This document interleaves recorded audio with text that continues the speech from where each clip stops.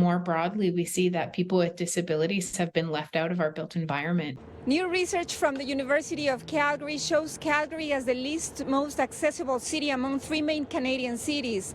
The study shows nearly 60% of public spaces in Calgary, Vancouver, and Ottawa are either inaccessible or partially inaccessible to people with disabilities. We hired over 30 mappers across the country, and they represented a range of disabilities. So there were some wheelchair users, some people who are blind, and others experiencing hearing loss.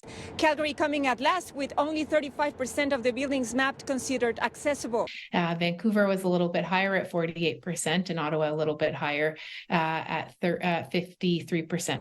Dr. Victoria Fast, along with some master's students, began the Mapping Our Cities for All project MOCA in 2021.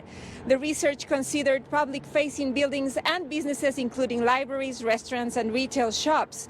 Ratings looked at barrier-free entrances and doors, automatic doors, buttons, availability, ramps, publicly available washrooms, countertops height, doors width, and more.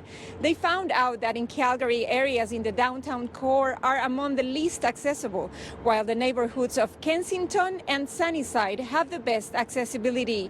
Dr. Fast says that after pairing the MOCA project data with the North American Industry Classification System, they surprisingly found out that the educational institutions in Canada rated the lowest. Our institutions of education you'd think would be pillars of accessibility, but our map and data has indicated that they're not. So there's a long way to go to making the world more accessible.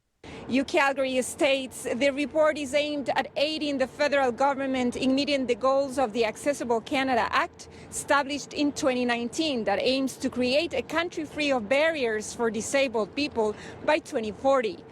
In Calgary, Silvia Naranjo, City News.